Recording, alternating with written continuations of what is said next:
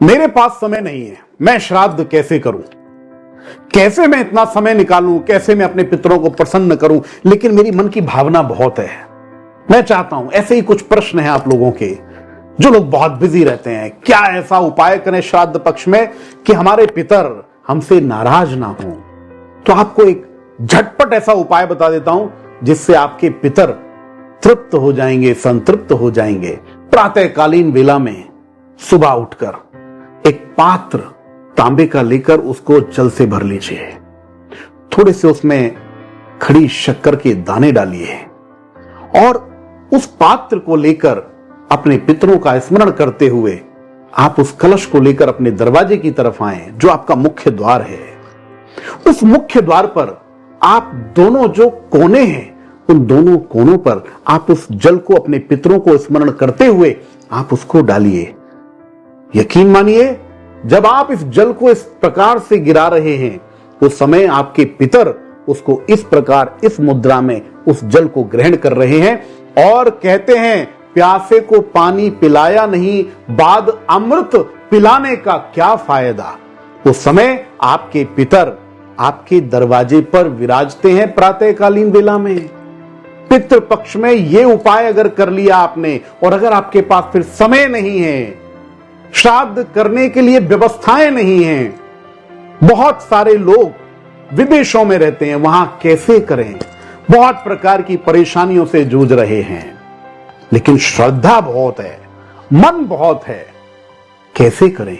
तो ये जो मैंने आपको उपाय बताया है, इस उपाय को करने से आपके पितर संतृप्त होते हैं। अब मान लीजिए ब्राह्मण भोजन के लिए ब्राह्मण देव, विप्र देव घर पे नहीं आए, अब क्या करें? तो ऐसी अवस्था में लोग बहुत चिंताजनक हो जाते हैं, उनकी चिंताएं बढ़ जाती हैं, उनको लगता है ये क्या अपशगुन हो रहा है हमारे साथ में। अरे भैया, अपशगुन की बात नहीं है, इसको आप दूसरे विषय में लीजिए। हो सकता है आपको विप्रदेव के पास जाकर के ये दान करना हो, आप उनके पास जाकर के आप उनको ग्रहण करने के लिए आवेदन दे सकते हैं। आप उनके पास जाइए, आप ये दान कर दीजिए। अगर वो भी उपलब्ध नहीं है तो क्या करें? तो फिर ऐसी अवस्था में आप यह भोजन गाय यानी गौ माता को करा सकते हैं।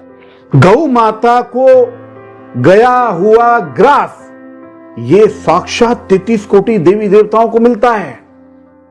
आपकी परेशानी का समाधान हो गया, मन में बहम की क्या आवश्यकता है।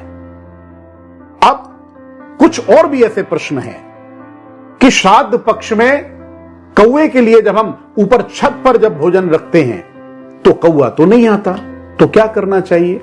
रखें कि नहीं रखें? दर्शकों, आपका जो कर्तव्य है आप उसको निभाइए। आपने कौवे को निमित्त मानकर जैसे ही वो ग्रास निकाला, वो कौवे के पास पहुंच जाता है। आए नहीं आए, इस पर आपको कोई किसी प्रकार की कल्पना नहीं करनी है। उसी प्रकार अगर कुत्ता ना आए तो हम उसका कैसे ग्रास निकालें? तो जैसे मैंने बताया, आप जैसे ही अपनी मानसिक संकल्पना करते हैं कि यह ग्रास हमने इसके लिए निकाला है, वह ग्रास उसको चला जाता है। तो बहम पालने की जरूरत नहीं है। और मेरा आपसे करबद्ध आग्रह है, हाथ जोड़कर विनम्र निवेदन है, इस वीडियो को आप ज्यादा से ज्यादा लोगों में प्रसारित करें। लोग बहम का शिकार हो रहे हैं, टेंशन में आ रहे हैं, डिप्रेशन में जा रहे हैं, छोटी छोटी बातों को लेकर के उनको वो अपशगुन मानते हैं। कई बार अपशगुन के पीछे भी बहुत बड़ा शगुन छुपा होता है, सिर्फ जानकारी का अभाव है। ज्यादा से ज्यादा लोगों को प्रसारित करिए। ओम श्री महादेव नमः।